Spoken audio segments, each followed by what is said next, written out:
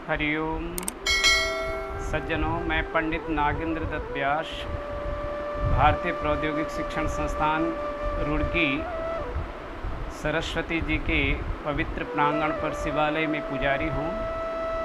आज मैं आपसे ये निवेदन करना चाहता हूँ कि हम लोग सत्यनारायण जी की जो कथा करते हैं उस कथा को किस प्रकार से हम अपने घर पर कर सकते हैं, और कभी अगर ब्राह्मण न उपलब्ध हो तो स्वयं भी उस कथा को कैसे कर सकते हैं, उसकी विधि क्या है और उस कथा को किस प्रकार से हमें करनी चाहिए। थोड़ी विधि और विधान के बारे में हम आपको निवेदन करना चाहते हैं। सज्जनों, सत्यनारायण भगवान की कथा की विधि है।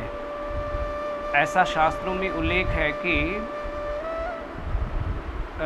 वित्तस्य चित्तस्य निर्णाम विशुद्धम सस्तश्च कालो कथितो विदिश्य पात्रम यथोक्तम परमाश्च भक्ति निर्णाम प्रयच्छन्ति अभिवांछितानि।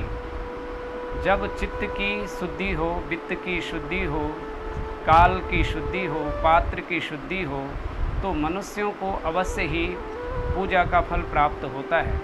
हम लोग गृहस्थ हैं और हम लोगों को पूजा से फल की आवश्यकता नितांत है, क्योंकि शास्त्रों में ये है कि एक निष्काम भक्ति योग है और एक सकाम भक्ति योग है। तो गृहस्थ में होने के कारण हम लोगों को थोड़ा विधि विधान से करना चाहिए। भगवान श्री सत्यनारायण जी की कथा पौर्णमास्यांच संक्रांतो क्रियते व्रतम उत्तमम। पूर्णमासी और संक्रांति 2 दिन उत्तम बताए गए हैं। अगर हम समय की बात करें तो सायंकाल के समय भगवान श्री सत्यनारायण जी की कथा का सर्वोत्तम समय बताया गया है। सत्यनारायणो देवो याजयेत निशामुखी। हम प्रसाद बनाते हैं, उसमें भी हमें बड़ा ध्यान से विधि पूर्वक प्रसाद बनाना चाहिए। उसमें उल्लेख है सत्यनारायण जी की कथा में कि सपादम भक्ष्याद देयम गोधूमस्य च चूर्णकम।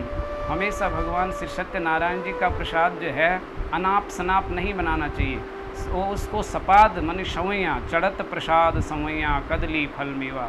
सवा जैसे आप मान लो कटोरी से नापते हैं तो 5.25 कटोरी, 4.25 कटोरी, उसमें सवैया होना चाहिए, तो उसको कहते हैं सपाद। इसलिए भगवान के प्रसाद बनाते समय हमें बड़ी सावधानी पूर्वक भगवान का स्मरण करते हुए शुद्धता से प्रसाद बनाना चाहिए, और प्रसाद बनाकर भगवान को तुलसी पत्र सहित निवेदन करना चाहिए, आटे का चूरमा जो है।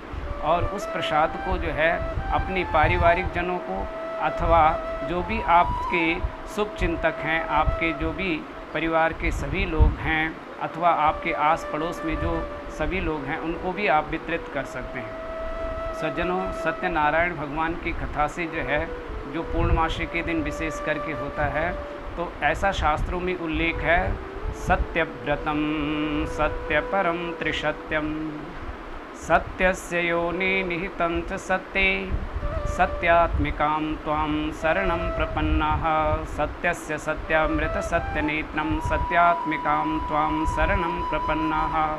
भगवान श्री सत्यनारायण जी की पूर्णमासी की जो व्रत कथा है, उससे परिवार का समस्त ग्रह योग, नक्षत्र योग, काल सर्प योग, ऐसे कोई भी अरिष्ट योग है वो समाप्त हो जाते हैं, क्योंकि भगवान नारायण जी की उस पर विशेष कृपा होती है। उस दिन पूर्ण चंद्रमा होता है सत्यनारायण भगवान की पूर्णमासी के दिन, और चंद्रमा मन का देवता है। तो आप सोचिए, मन हमेशा स्वस्थ होना चाहिए मनुष्य का, और स्वस्थ मन के लिए पूर्णमासी व्रत सर्वोत्तम बताया गया है। जब परिवार में सभी लोग मानसिक रूप से स्वस्थ होते हैं तो उनका जो है सब प्रकार से मन स्वस्थ होने के कारण उनका बुद्धि योग भी स्वस्थ होता है, आपस में सब प्रेम होता है। नहीं तो आजकल के कालखंड में आप देखते हैं सब लोगों के मन जो है दूषित रहते हैं, एक दूसरे के प्रति जो है श्रद्धा नहीं है। उसका कारण यही है कि हम लोग सत्यनारायण भगवान की कथा विधि विधान से नहीं कर पाते। तो हमारा ये निवेदन है कि भगवान श्री सत्यनारायण जी की जो कथा है, उसका समय और उसकी विधि, उसका प्रसाद, वो बिल्कुल शुद्ध भाव से बनाना चाहिए और शुद्ध भाव से उसको ग्रहण करना चाहिए।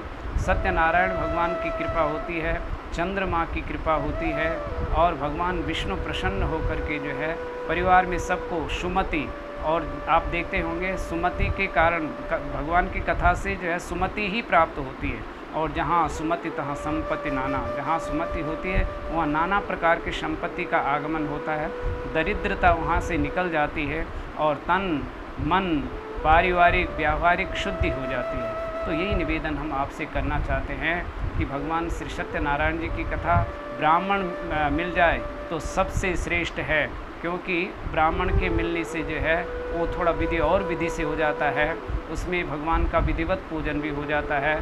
केले के स्तंभों से सुसज्जित भगवान का श्री विग्रह बनाया जाता है। ऐसा करने से अत्यधिक फल की प्राप्ति होती है। अगर कदाचित ब्राह्मण न मिले तो स्वयं भी भगवान की कथा की जा सकती है। लेकिन वो 2-3 बातें मैंने आपको स्मरण दिलाने के लिए एक छोटा सा ही वीडियो आपसे निवेदित किया है कि एक तो प्रसाद की शुद्धि होनी चाहिए, प्रसाद को सपाद माने सवैयाँ बनाना चाहिए और सीधा ऐसे ही डाल दिया और ऐसे ही भून दिया, ऐसा नहीं करना चाहिए। और बनाने वाले को बहुत शुद्ध चित्त से प्रसाद बनाना चाहिए। और दूसरा, सायंकाल काल का भी बड़ा महत्व है। और तीसरा, भगवान की 2 पुण्य तिथि है, संक्रांति और पूर्णमासी, तो इसका थोड़ा विशेष ध्यान रखें।